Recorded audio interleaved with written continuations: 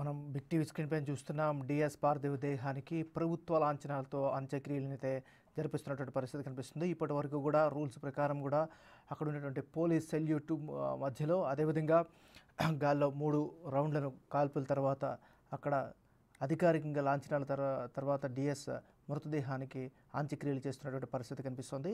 పెద్ద ఎత్తున వచ్చినటువంటి డిఎస్ అభిమానులు, అదేవిధంగా స్థానికంగా ఉన్నటువంటి పార్టీ కార్యకర్తలు, నాయకులు, కుటుంబ సభ్యుల నడుమ అంతిమ సంస్కారానికి అంతా కూడా రెడీ అవుతుంది. మనం చూస్తున్నాం బిగ్ టీవీ స్క్రీన్ పైన కుటుంబ సభ్యులందరూ కూడా కడసారిగా తన పార్థివ దేహాన్ని చూస్తున్నారు. సో స్థానికంగానే కాదు, సుదూర ప్రాంతాల నుంచి కూడా ఉదయం నుంచి జరిగినటువంటి అంతిమ యాత్రలో వేలాదిగా డిఎస్ అభిమానులు పాల్పంచుకున్నారు. ముఖ్యంగా ప్రాంతాలకు అతీతంగా, పార్టీలకు అతీతంగా డిఎస్తో తమకున్నటువంటి మమకారాన్ని, వారికి ఉన్నటువంటి స్నేహాన్ని గుర్తు చేసుకున్నటువంటి పరిస్థితి కనిపిస్తుంది. మనం ప్రజెంట్ విజువల్స్లో చూస్తున్నాం.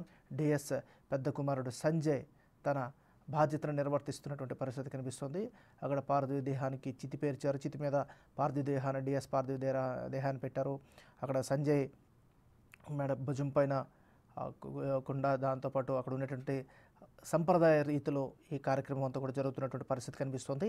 ఇప్పటి వరకు కూడా మనం చూసాం, డిఎస్ అనేవాడు కేవలం పార్టీ పరంగా కాకుండా తెలంగాణ వాదిగా చాలా బలమైనటువంటి ముద్ర వేశాడు తెలంగాణ రాజకీయాల్లో, తెలంగాణ ప్రాంతంలో.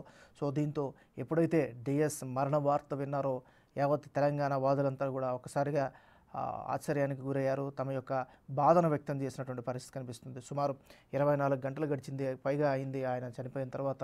ఇప్పటి వరకు కూడా అనేక ప్రాంతాల నుంచి కూడా డిఎస్ అభిమానులందరూ కూడా ఇక్కడ హైదరాబాద్లో కావచ్చు, లేదా తన స్వగ్రామం స్వస్థలం నిజామాబాద్లో కావచ్చు, వేలాదిగా తరలి వచ్చినటువంటి పరిస్థితి కనిపించింది. పార్టీలకు అతీతంగా అందరూ కూడా కడసారి డిఎస్ని చూసేందుకు కూడా వెళ్ళినటువంటి పరిస్థితి కనిపిస్తుంది. మరోవైపు కాంగ్రెస్ పార్టీకి డి శ్రీనివాస్ ఎంతో సేవ చేశారని, ఆయన కుటుంబానికి పార్టీ ఇప్పుడు అండగా ఉంటుందని కూడా తెలంగాణ ముఖ్యమంత్రి రేవంత్ రెడ్డి తెలిపారు. పదవులపై డిఎస్కి ఎప్పుడు కూడా ఎలాంటి ఆశ లేదని చెప్పారు ఆయన.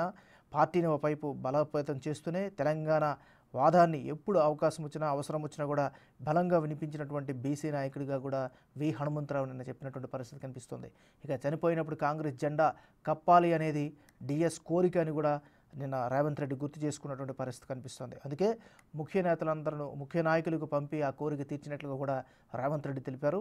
కుటుంబ సభ్యులతో చర్చించి డిఎస్ జ్ఞాపకార్థం ఏం చేయాలో నిర్ణయం తీసుకుంటామంటూ కూడా సీఎం ఎమోషనల్గా ప్రకటన కూడా చేసినటువంటి పరిస్థితి ఉంది. ఏదేమైనప్పటికీ కూడా మనం విజువల్స్లో చూస్తున్నాం, డిఎస్ పార్థివ దేహానికి ప్రభుత్వ లాంఛనాలతో అంత్యక్రియలు అయితే జరుగుతున్నటువంటి పరిస్థితి కనిపిస్తుంది. సంప్రదాయ ప్రకారం డిఎస్ పెద్ద కుమారుడు సంజయ్ తన యొక్క విధిని నిర్వర్తిస్తున్నటువంటి పరిస్థితి కనిపిస్తుంది. ఖచ్చితంగా డిఎస్ కుటుంబానికి కాదు, డిఎస్ అభిమానులకు కూడా ఇది చాలా ఎమోషనల్ అయినటువంటి క్షణాలు.